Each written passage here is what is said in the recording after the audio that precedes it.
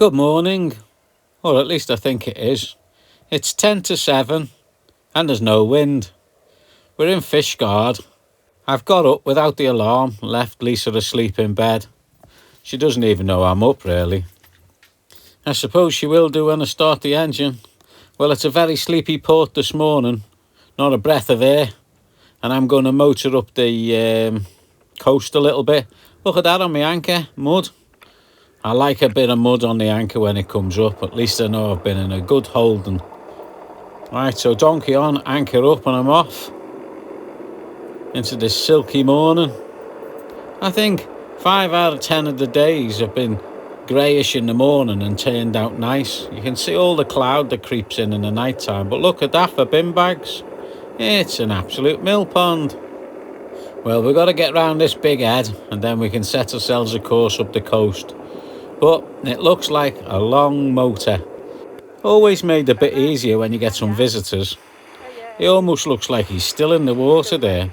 But he's at me bow and we're going forward at 5 or 6 knots. Look, there's the bow break in the water. And there he is, swimming away. Just wants to say hello, but he's a big devil. And here's his mate. He wants to say, come on, stop messing around, come on. I think we should go. We've got other things to do, like fish to catch and things like that. So they were there for all of 60 seconds and then they were gone. But at least I've had some company from dolphins this morning, if I haven't had any company from the breeze. I've got a little bit of company from the flood, which is going to shove me up the coast at a decent pace. I hope, because I've certainly got no help from Mr. Windy today. Look at that, like a piece of glass. That little island on the end there is called Cardigan, and the gap in the middle is Cardigan Sound. And guess what the bay's called? Motoring along, full chat, hardly makes a wake when you're motoring. Just look at that, I'm hardly breaking any water. There's hardly anything shifting behind me.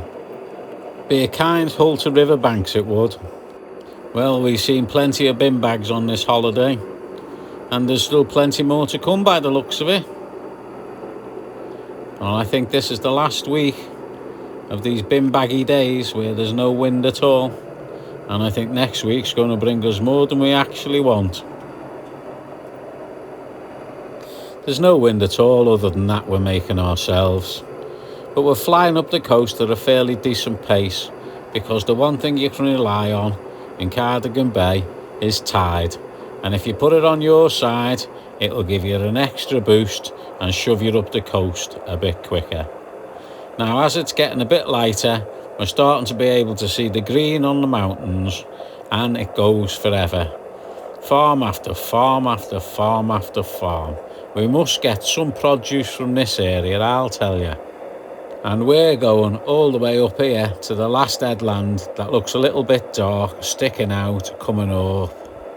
Now, that dark patch in front of us. And we're there once we get there. So it's not a hell of a distance we're going. I think the total run's only about 26 miles on this glassy surface.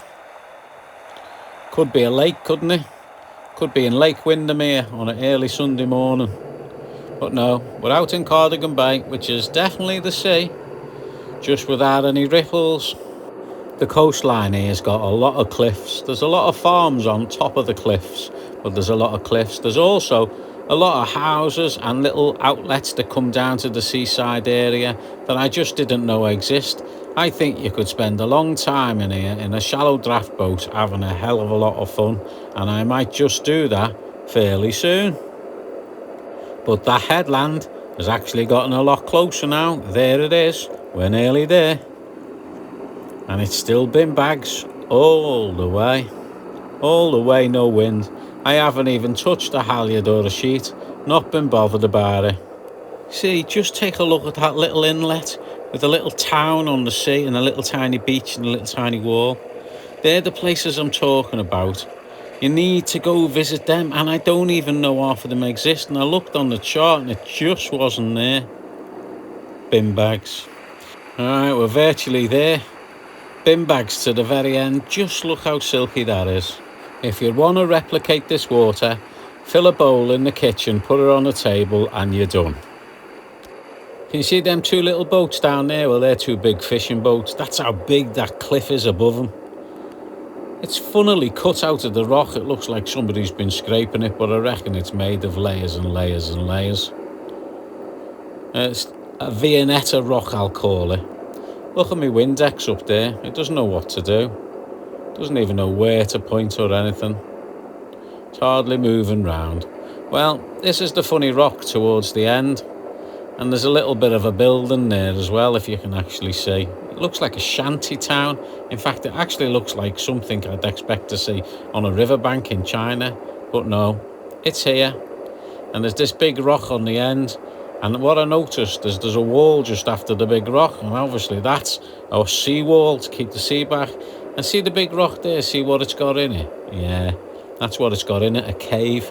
I won't be telling Lisa about that, or we'll be round there in the dinghy having to go in it. But as this opens up, a dull day it might be at this moment in time, but it's still fairly in the morning, only being 11 o'clock. There's people out doing everything everywhere, and it looks a lovely little resort town. Very holiday-ish. In fact, Lisa's given it a name. She said it reminds her of her favourite childhood book, Noddy at the Seaside. But we've been up to the town, and it's a lovely town, and there's plenty of area for boats. And I didn't even know this place existed, and it's called Quay, and I didn't even know. Well, what a golden little find this harbour is. Going to enjoy this, I'm sure. Let's get ourselves ashore and have a good look round. I've anchored in a couple of metres of water under the keel, and I'm right close in as well. So, it's a good anchorage here. It's sand as well, and you can even see your anchor go down to the bottom. It's a nice clean sandy bottom, and I ain't seen any weeds or rocks anywhere. So all as we need now is that today to be like any other day, and the grey skies to disappear, the sun to come out, and this will be magical. So thanks very much for accompanying me while Lisa slept all the way here.